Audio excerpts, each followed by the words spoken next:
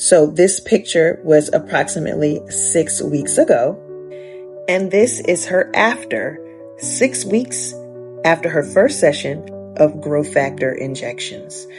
For 8 years, this patient battled progressive hair loss from an advanced form of alopecia called Centrifugal Cicatricial Alopecia, or CCCA for short. CCCA is a form of scarring alopecia that is most common in Black women. It starts at the crown of the head and spreads over the scalp over time. It's most commonly initially noticed by the patient as itching in the middle of the scalp, which sometimes is associated with burning, and then they start to lose their hair from the center of the scalp.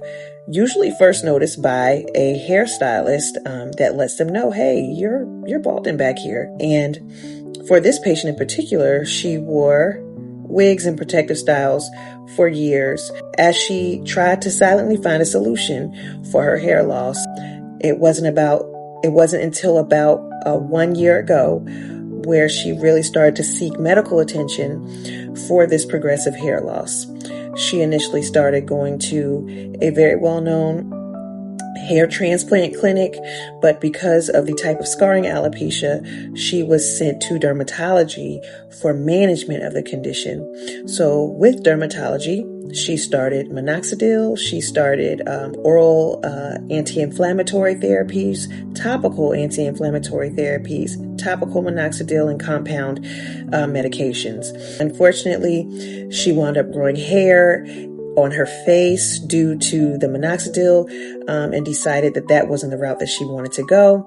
And she kind of felt underwhelmed and demotivated by the process and decided to stop.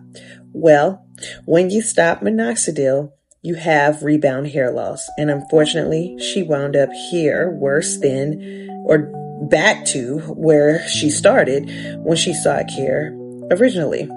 Upon transferring care to me, because we knew that she had a confirmed diagnosis of CCCA through labs and biopsy, we were able to start trying to reduce that inflammation first with a series of steroid injections and to her scalp. And then once we confirmed that inflammation had calmed down, we decided to move forward with our growth factor injections. So this before picture is after her series of steroid injections, but before her first growth factor injection treatment. So this picture was approximately 6 weeks ago, and this is her after 6 weeks after her first session of growth factor injections. Now, up until this point, she has had a very comprehensive treatment plan. I did work with dermatology to assist in the treatment plan, as well as establishing a plan of when to start her growth factor injections, how long she needs to be on the steroid injections to reduce her inflammation. So this truly can take a collaborative approach to ensure the best outcome for the patient. Growth factor injections work by stimulating the stem cell in the hair follicle, increasing the blood flow to the stem cell and helping to repair the damage done by the long-term inflammation, which this reversal of damage from the inflammation is essential to help improve cases like CCCA. The plan is to complete a series of these growth factor injections over the next 2 to 3 months to continue to see the new growth, reduce the tenderness of the scalp, and restore the hair density in the areas of the scalp that were once scarred. For this patient, this was more than just hair.